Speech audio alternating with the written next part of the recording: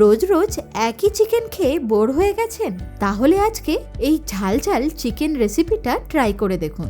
মাত্র কয়েকটা উপকরণ দিয়ে এই দারুণ স্বাদের মরিচ চিকেনটা তৈরি হয়ে যাবে। আর এটা রুটি, পরোটা কিংবা রাইসের সাথে খেতেও দুর্দান্ত লাগবে। তবে চলুন শুরু করা যাক আজকের ভিডিও। আমি সুকন্যা। আজকে আমার ব্যাপক রান্না হলো মরিচ চিকেন। তাহলে এই মরিচ চিকেনটা বানিয়ে নেওয়ার জন্য আমি এখানে 1.5 কিলো চিকেন নিয়ে নিয়েছি। একটু লক্ষ্য করে দেখলে বুঝতে পারবেন আমি এখানে চিকেনের পিসগুলোকে একটু বড় বড় রেখেছি। যদি এটা একদম ছোট ছোট পিস দিয়ে করি সেই ক্ষেত্রে এটা অনেকটাই গলে যাবে, তাই চেষ্টা করবেন পিসগুলোকে একটু বড় সাইজের নেওয়ার। এবার এই চিকেনটাকে একটু ম্যারিনেট করে নিতে হবে। তার জন্য প্রথমেই এর মধ্যে দিয়ে দিচ্ছি 2 চা চামচ নুন। এরই সাথে দেব 2 চা চামচ থেতো করা রসুন। আর দিতে হবে 2 চামচ আদা বাটা। এছাড়া দিয়ে দেব 1 টেবিল চামচ ক্রাশড গোলমরিচ। এইটাকে হালকা ড্রাই রোস্ট করে থেতো করে নিয়েছি।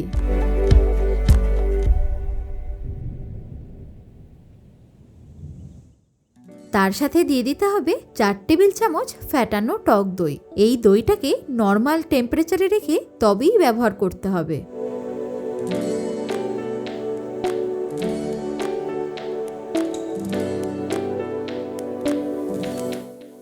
আর দিয়ে দিচ্ছি কিছুটা রিফাইন্ড অয়েল। এবার এই সব কিছুকে আমি একবার ভালো করে চিকেনের সাথে মিশিয়ে নেব। এইভাবে যদি আগে থেকে চিকেনটাকে মেখে রাখা হয় তাহলে এটা যেমন সফট হবে তেমন তাড়াতাড়ি রান্নাও হয়ে যাবে।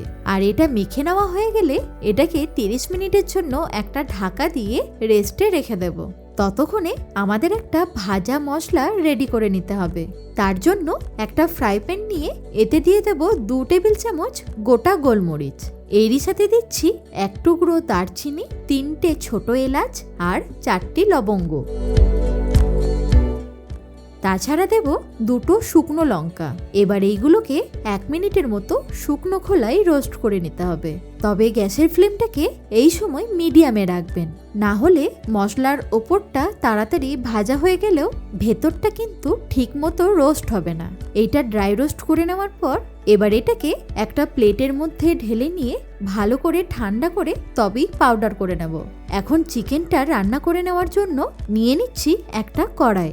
আর তাতে দিয়ে দেব কিছুটা সাদা তেল। এতে কিছু গোটা মশলা ফোড়ন দিয়ে দেব। প্রথমে দিয়ে দিচ্ছি 1/2 চা চামচ গোটা গোলমরিচ।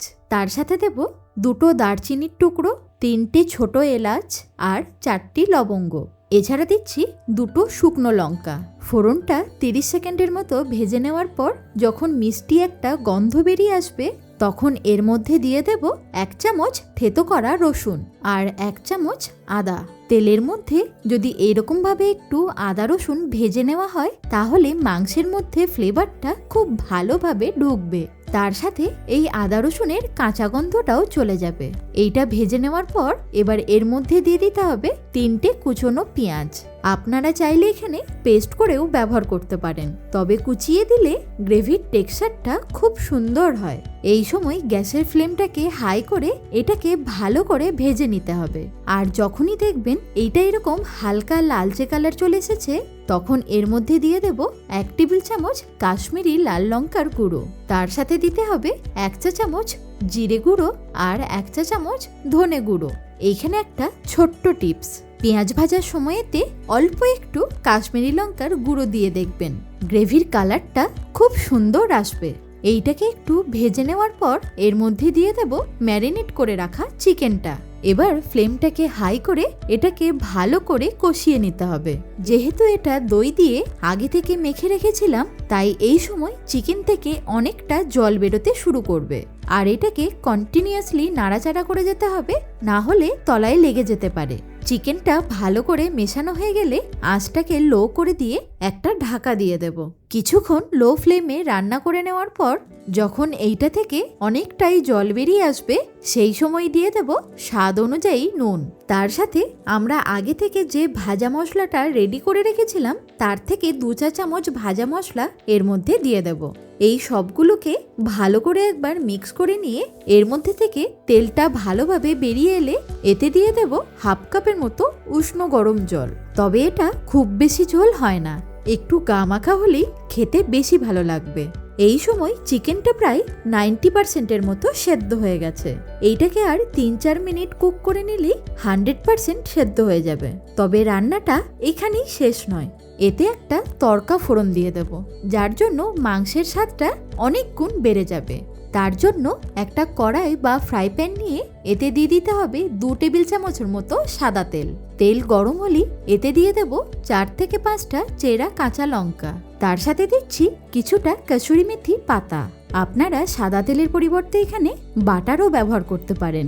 আঁচটাকে লোতে রেখে জাস্ট এটাকে একটু নাড়াচাড়া করে নিয়ে একটা ক্যাপসিকামকে টুকরো করে কেটে নিয়ে এর মধ্যে দিয়ে দিচ্ছি। তারই সাথে 2টো বড় মাপের টমেটোকে এরকম করে কেটে নিয়ে এর বীজটাকে ফেলে এর মধ্যে দিয়ে দেব। এইগুলোকে ওই 1 মিনিটের মতো একটু সতে করে নিতে হবে, এর থেকে বেশি ভাজার প্রয়োজন পড়বে না। এইটা নামিয়ে নিয়ে এবার চিকেনের সাথে এটাকে মিশিয়ে নেব। এই রেসিপিটা একটু ঝাল ঝাল হয়। জ্বর সর্দি হলে একবার এইভাবে চিকেন বানিয়ে খেয়ে দেখবেন, মুখের স্বাদ ফিরে পাবেন। মরিচ চিকেন আমাদের অলমোস্ট ডান। এবার এটাকে ফিনিশ করব 1/2 চা চামচ গরম মশলার গুঁড়ো দিয়ে। তার সাথে দেব কিছুটা ধনেপাতা কুচি।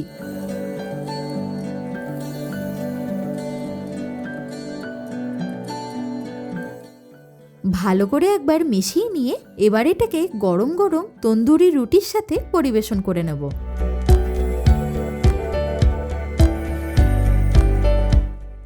আপনারাও বানিয়ে অবশ্যই আমাকে কমেন্টে জানাবেন। তার সাথে চিকেনের আর কি কি রেসিপি দেখতে চান সেটাও জানাবেন। ভালো থাকুন, সুস্থ থাকুন, দেখতে থাকুন ব্যাপক রান্নাঘর।